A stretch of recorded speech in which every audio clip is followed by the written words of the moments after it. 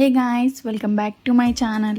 ఈరోజు మన ఛానల్లో క్యాబేజీతో ఈజీగా కర్రీ అనేది ప్రిపేర్ చేయొచ్చు. సో ఎలా చేయాలో చూద్దాం.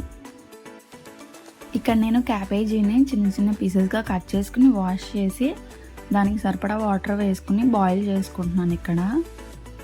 సో ఇది మనకి చేత్తో నలిపితే వేగేంత వరకు కూడా కుక్ చేసుకోవాలి.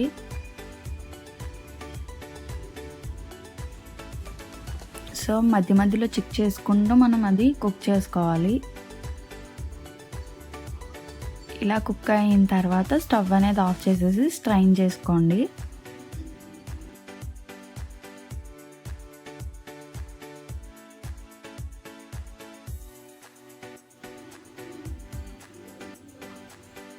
వేరొక బాండీలో వేరుశనగుళ్ళు, మినపప్పు, ఆవాలు, జీలకర్ర, శనగపప్పు ఇవన్నీ కాసేపు ఫ్రై చేసుకోవాలి.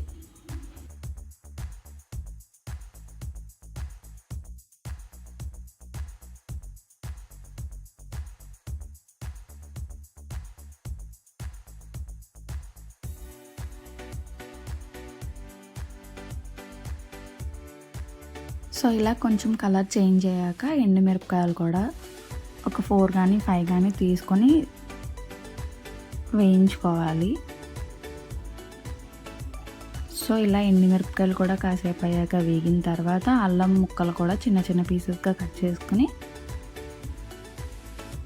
ఆ పోపులో వేసి కాసేపు వేయించుకోవాలి.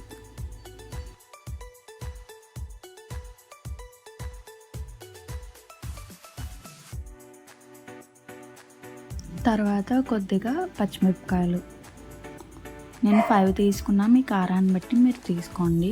సో ఇక్కడ నేను 5 కూడా చిన్న చిన్న పీసెస్గా కట్ చేసుకుని ఫ్రై చేసుకుంటున్నా. పచ్చిమిరపకాయలు ఫ్రై అయిన తర్వాత కొద్దిగా కరివేపాకు కూడా తీసుకుని కాసేపు ఫ్రై చేయాలి.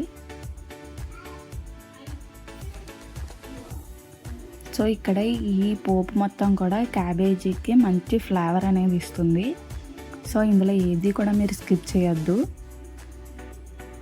సో ఇలా ఫ్రై అయిన తర్వాత క్యాబేజీని మనం స్ట్రైన్ చేసుకున్నాం కదా, ఇప్పుడు క్యాబేజీని యాడ్ చేసుకున్నాం.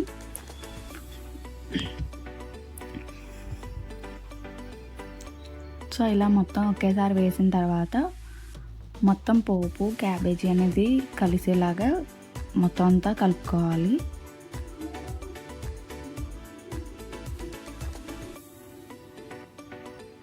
మనం క్యాబేజీని ఎక్కువగా కూడా బాయిల్ చేయకూడదు. ఎక్కువగా బాయిల్ చేస్తే ఏమవుతుందంటే మెత్తగా అయిపోతుంది. ఈ కర్రీ ఏంటంటే కొంచెం పొడి పొడిగా ఉంటే బాగుంటుంది. సో ఇలా మొత్తం పోపు కర్రీ అంతా కూడా కలిసేలాగా కలుపుకోవాలి. అలానే కొద్దిగా పసుపు కూడా యాడ్ చేసుకుని మళ్ళీ ఒకసారి కలుపుకోవాలి.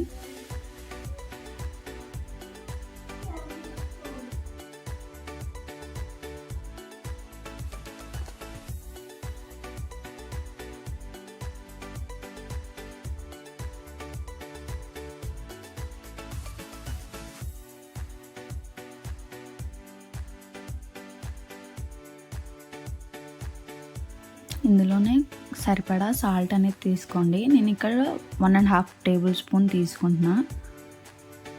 అలానే కొద్దిగా చింతపండు కాసేపు నానబెట్టి తర్వాత మనం దాని నుంచి జ్యూస్ అనేది వస్తుంది, దాన్ని స్ట్రైన్ చేసుకొని జ్యూస్ అనేది తీసుకోవాలి. సో ఇక్కడ నేను కొద్దిగా చింతపండు జ్యూస్ తీసుకున్నాను. అలానే కొద్దిగా షుగర్ మీకు కావాలంటే వేసుకోండి, లేదంటే స్కిప్ చేసేయచ్చు. ఇది పూర్తిగా ఆప్షనల్ మాత్రమే. సో ఇక్కడ షుగర్ వేస్తే ఏంటంటే కొంచెం బ్యాలెన్స్ అవుతుంది. ఉప్పు, పులుపు, కారం అంతా కూడా బ్యాలెన్స్గా సెటిల్ అవుతుంది. సో మీకు ఇష్టమైతే వేసుకోండి, లేదంటే స్కిప్ చేసేయచ్చు. సో ఇవన్నీ వేసుకున్నాక బాగా కలుపుకోవాలి. బాగా కలుపుకొని ఒక 5 మినిట్స్ పాటు హై ఫ్లేమ్లో వేగనివ్వాలి. సో కాసేపటికి మనకి కర్రీ అనేది ఈ విధంగా చేంజ్ అవుతుంది. సో ఇలా చేంజ్ అయిన తర్వాత స్టవ్ ఆఫ్ చేసేసి సర్వ్ చేసుకోవడమే. సో ఇది చాలా ఈజీ కదా, మీరు కూడా ఒకసారి ఇంట్లో ట్రై చేసి ఎలా వచ్చిందో నాకు కామెంట్ చేయండి. So okay then bye.